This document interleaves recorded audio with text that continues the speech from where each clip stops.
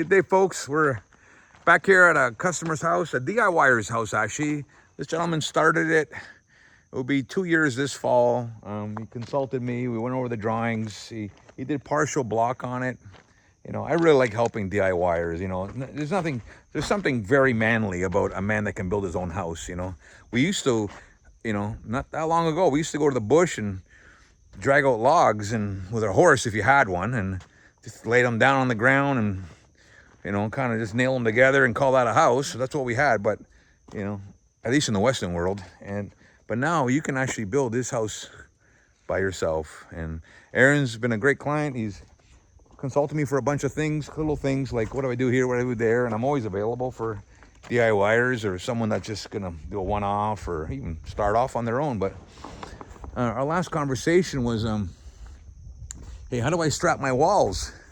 And I said, well, you should use a pressure treat 1x3. And what I like, he took the step a little further. He installed a screen here, so once he installs his horizontal siding, the bugs won't be allowed to go up in behind the wall.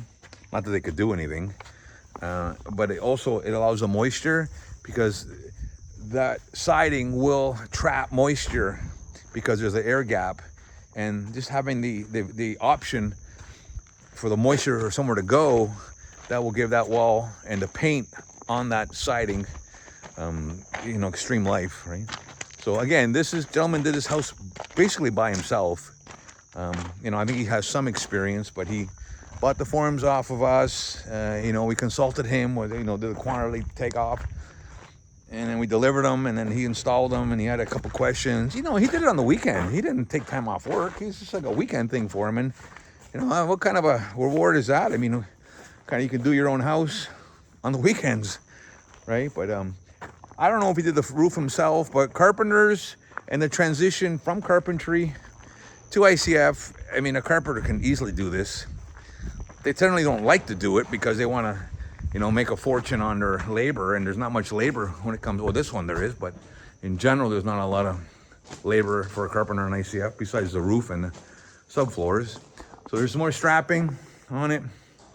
Great product. You know, you put your screws countersink into the strapping bars, you know, I think he did 16 inches there, which is fine. We're gonna take a walk inside. So this garage, the triple car garage, no doors, and a man door on this side. This room is more humid than the ICF portion of the house with the windows and doors closed. I mean, there's no denying it. I mean, it's probably a good 8 degrees difference, you know. He consulted me on whether you should do the gables in wood or ICF. You can do them in ICF. It's a little bit more tricky, and if you haven't done it, you got to get that angle right. So, you know, if you're not confident, you can just wood frame it. You know, another thing I recommend to clients is that they install a 2x12 or 2x14, depending on the wall thickness, window buck. And the reason being is, if you have that, you have this solid attachment point for your windows and doors. Obviously the windows won't screw right into it, but on the doors, this door is a steel frame door. This is a very heavy door here, like, if you can see that or not. Same with the front door. Like, these doors took many men to carry and get here. It's steel, and it's a steel frame, you know, so having that 2x12 really helps your attachment points, and it's not gonna move on you ever. So that's why I recommend the 2x12s and not the insulation styrofoam bucks that many manufacturers sell. So thanks for following, and stay tuned for more updates. Have a great day.